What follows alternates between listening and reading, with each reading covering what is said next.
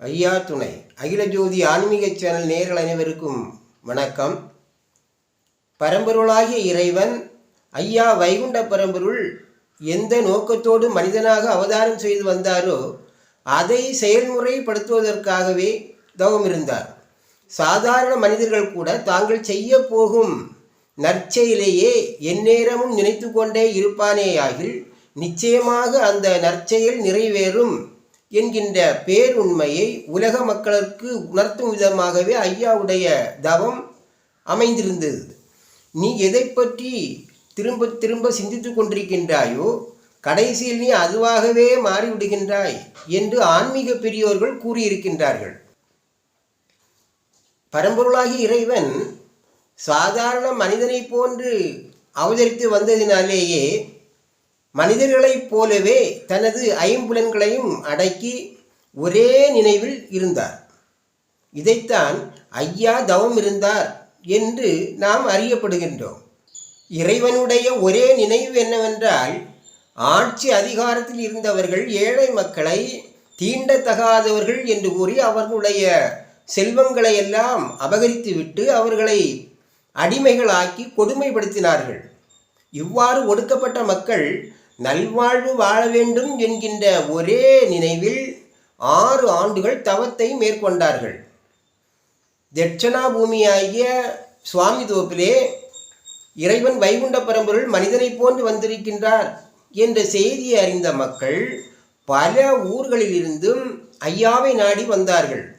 இப்போது போல bus, car, bike போன்ற எந்த விதமான வாகன வசதிகளும் இல்லாத காலம் கேரளாவில் இருந்து கூட மக்கள் சுவாமி தோப்பிற்கு ஐயாவை தரிசிப்பதற்காக வந்திருக்கின்றார்கள்.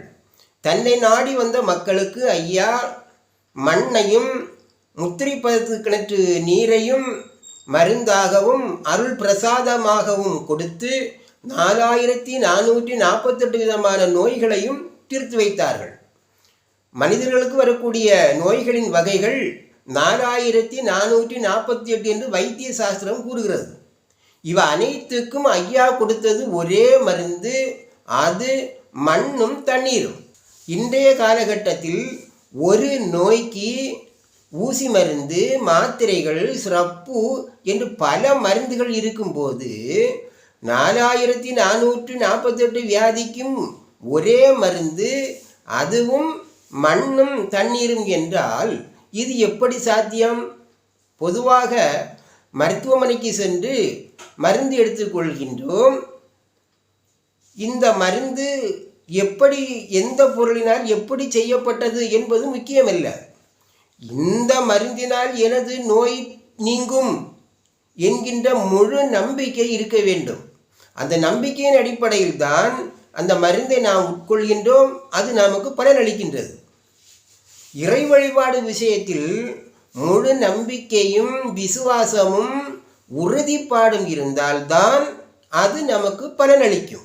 இங்கே ஐயா வைகுண்ட பரம்பொருள் கொடுத்த மண்ணையும் தண்ணீரையும் முழு மனதோடும் உறுதிப்பாடோடும் நம்பிக்கையோடும் விசுவாசத்தோடும் ஏற்றுக்கொண்ட மக்கள் இந்த ஐயா வைகுண்ட பரம்பொருளால் எனது நோயையும் துன்பத்தையும் தீர்க்க இயலும் என்று நம்பினார்கள்.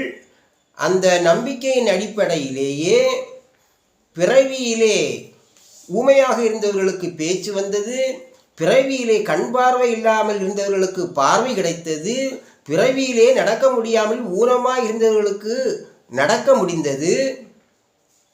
இந்த குஷ்டரோகத்திலே 18 விதங்கள் உண்டாம். ஐயாவுடைய அவதார காலத்திலே இந்த நோய்களுக்கெல்லாம் மருந்து கிடையாது.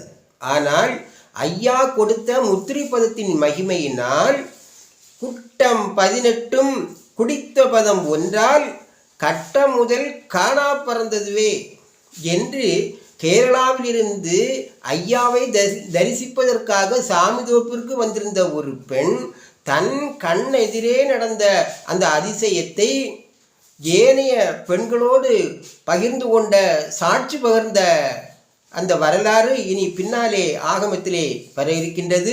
இத்தகைய சக்தி வாய்ந்த முத்திரை பதம் பற்றி 25 ஆண்டுகளுக்கு முன்னால் நடந்த நிகழ்வு ஒன்றை அடுத்த பதிவிலே நாம் அறிய இருக்கின்றோம். ஐயா துணை.